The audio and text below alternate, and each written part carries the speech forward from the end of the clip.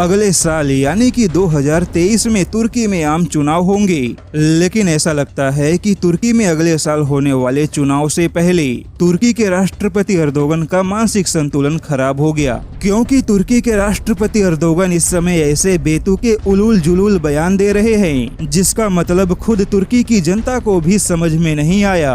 दरअसल खुद तुर्की के केंद्रीय बैंक ने चेतावनी दी है कि मुद्रास्फीति के चक्रव्यूह के सामने तुर्की की जनता का जीवन स्तर नष्ट होता जा रहा है। लेकिन ऐसे में अर्दोगन ने एक ऐसा बयान दिया जिसका मतलब किसी को समझ नहीं आया। दरअसल अर्दोगन ने कहा कि तुर्की में मुद्रास्फीति या महंगाई की समस्या नहीं है, बल्कि तुर्की के सामने जीवन यापन की समस्या है।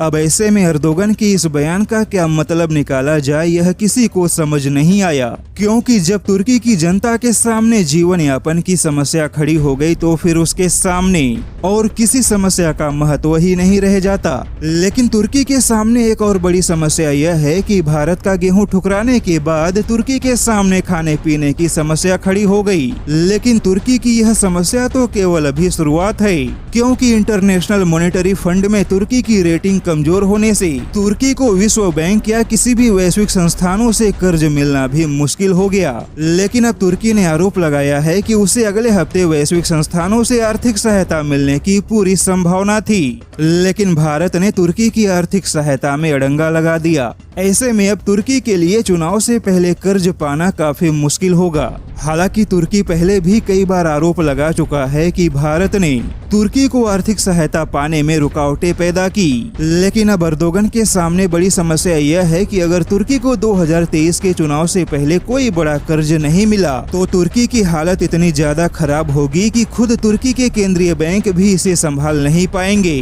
क्योंकि तुर्की की मुद्रा लीरा पहले ही डॉलर के मुकाबले 50% गिर चुका है। ऐसे में तुर्की को लेकर कई जानकारों ने चेतावनी दी है कि कभी संपन्न देश कहे जाने वाले तुर्की में कभी भी दिवालिया होने का धमाका हो सकता है।